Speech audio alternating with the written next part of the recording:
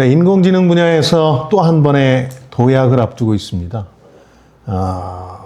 최근에는 챗GPT를 한 주 동안 전 세계 4억 명이 쓰고 있고, 벌써 이걸 개발한 회사 오픈 AI가 매출액만 7조 원을 넘어서고 있습니다.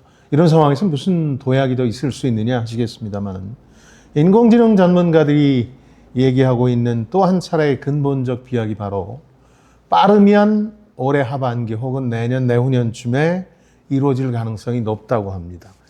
AI 분야 대사건의 정체나 의미가 무엇인지, 또 이게 미칠 영향에 대해서 오늘 자세히 알아보겠습니다. 뉴욕타임스 3월 19일자 7면 탑 기사, AI가 우리를 곧 앞지릅니다. 이에 관해서 얘기 좀 해보죠. 이런 제목의 기사에 비교적 상세히 소개가 되어 있는데요. 이 신문 샌프란시스코 지사에서 AI 분야를 담당하고 있는 또 실리콘밸리 거물들과 네트워크가 좋기로 유명한 케빈 루스라는 기자가 쓴 칼럼 형태의 기사입니다. 이 기사를 이해하자면 이 인공지능의 어떤 단계나 수준을 어느 정도 이해해야 되는데요. 1960년대 말에 MIT에서는 대화형 AI를 개발해서 선풍적인 인기를 끌었습니다. 상대가 컴퓨터 모니터에 대화를 신청하면, 모니터에 글을 쓰면 일정한 패턴을 분석한 다음에 답해주는 방식이었는데, 지금 보면 단순한 방식이죠. 챗봇의 효시쯤 될까요? 근데 당시는 그런 기능만으로도 사람과의 소통 혹은 그 이상이 가능하다고 여겼습니다. 그래서 모든 정신 상담의가 사라질 거다, 이런 전망이 나오기도 할 정도였습니다. 나중에는 이 선풍이 얼마나 거셌는지 개발자가 나와서 이런 얘기를 공개적으로 합니다. 해당 AI는 사람을 대신할 정도는 아니고 대화를 신청하는 사람의 단어를 끌어와서 상황을 추정해서 정리하고 반문하는 형태일 뿐이다, 이렇게 해명했을 정도입니다. 지금 챗 GPT는 역시 대화형입니다만 여기서 한 발 더 나갔죠. 그러니까 딥러닝 기술 발전으로 기존의 모든 방대한 데이터를 소화해서 나름대로의 지식을 갖추고 답하는 형식입니다. 그러니까 입력된 데이터에 따라서 오류도 많고 위험성도 적지 않습니다만 사람의 인지 기능 일부를 대신하고 있는 거죠. 지금 이런 형태의 AI가 많이 등장하면서 수학, 또 코딩, 의학 진단 이런 분야에서는 분명히 사람을 앞지르고 있습니다. 실례로 실리콘밸리 스타트업에서는 그동안 개발자들이 담당해오던 코딩 작업의 95%를 AI가 대신한다, 이런 소식들이 전해지고 있죠. 우리나라도 지금 보니까 코딩 작업 상당 부분을 AI가 대신하고 있습니다. 바로 이 다음 단계가 바로 인공지능 가운데서 범용 인공지능이라고 하는 거, 이거 줄여서 AGI라고 합니다. Artificial General Intelligence라고 하는데 1969년에 등장했던 대화형 AI, 그 엘리자라는 이름을 가지고 있었는데, 엘리자에 대해서 우리가 오해했던 바로 그 수준입니다.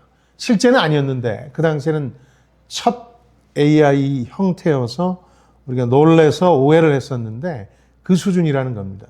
그러니까 특정 기능만 빼어난 게 아니라 인간이 수행하는 모든 인지 과제를 거의 다 할 수 있는 겁니다.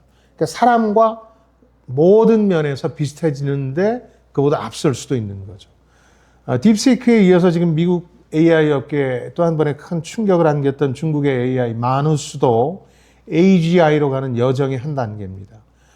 그리고 AGI는 인공지능 업계가 형성된 1960년대 이후에 최종적인 그 업계의 목표였습니다. 케빈 루스 기자는 이 AGI가 곧 등장할 거라고 확신합니다. 동시에 주요 AI 업체들 동향도 소개하고 있는데요. 챗GPT의 CEO 샘 알트만 같은 경우는 AGI를 가리키는 시스템이 가시권에 들어왔다, 이렇게 얘기를 하고 있고, 구글 딥마인드의 최고 책임자 데미스 헤사비스는 AGI를 완성하기까지는 3년에서 5년 정도가 남았다, 이렇게 전망하기도 했습니다.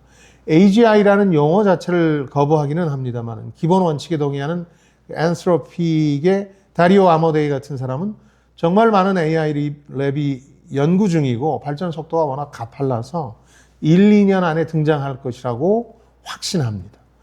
물론 이제 이런 첨단 기술 업계라는 게 신기술 등장의 시간표를 조금 과장하는 경향은 있습니다. 그렇다고는 해도 AGI의 등장이 임박한 것만큼은 분명합니다.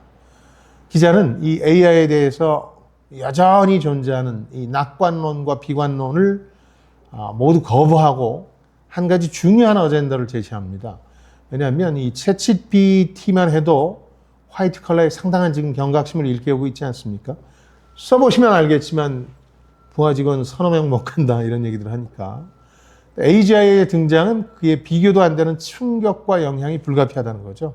뭐 예를 들어서 일자리, 또 사회 변화, 더 나아가서는 이 기술을 누가 선점하느냐에 따라서 국제 정치 경제 질서까지 바뀔 수 있다는 건데 기자는 여기서 우리가 경험한 신기술 수용 실패 사례 하나를 제시합니다.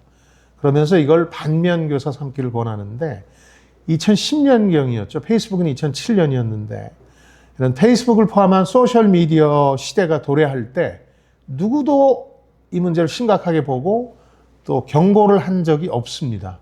오히려 마크 저커버그 같은 업계 관계자들은 낯선 사람과 세계를 하나로 연결할 때 그 일이 공동체의 질을 높이는 데 얼마나 도움이 될 것이냐 홍보에만 열을 올렸죠. 그러다 지금 와서 소셜미디어가 인간과 사회에 얼마나 파괴적인 영향을 미쳤는지 분명하게 확인하게 됐죠.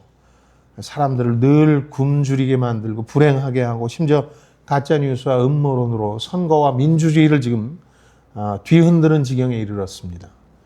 이 소셜미디어 탄생기와 달리 지금은 기술 개발에 박차를 가하고 있는 AI의 업계 내부에서조차 AGI의 등장에 경각심을 가져야 한다고 경고할 지경이라는 거죠.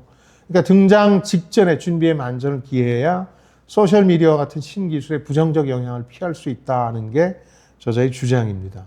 당장 객관적으로 AGI가 미칠 영향에 대해서 분석해보고 아주 부정적인 면이 예상된다면 관련 규제도 준비해야 되겠죠. 또 자본과 기술이 엄청난 미국을 포함한 일부 국가가 이 신기술을 독점했을 때 문제가 생기지 않겠느냐 하는 점들도 국제적으로 고려해야 됩니다. 이와 관련해서 지금 이 기사에 등장하지는 않습니다만은 미국에서는 AI 도약의 방법론을 두고 첨예한 대립 중입니다. 정부와 AI 업계가 상호 관심과 지원하에 기술적 도약을 주도하자는 분위기인 반면에 구글 CEO를 지냈던 에릭 슈미트 같은 민간 전문가들은 AGI 맨하튼 프로젝트를 반대한다. 이렇게 공개적으로 선언하고 나선 상황입니다. 얘기는 무슨 얘기냐면 정부와 민간이 협력해서 핵폭탄 만들듯 AGI 만들면 안 되고 민간이 자율적 경쟁을 통해서 개발하도록 해야 부정적 영향을 최소화할 수 있다는 주장입니다. 이런 기사가 주는 시사점을 제대로 파악하는 게 사실 사업과 투자에서 중요합니다.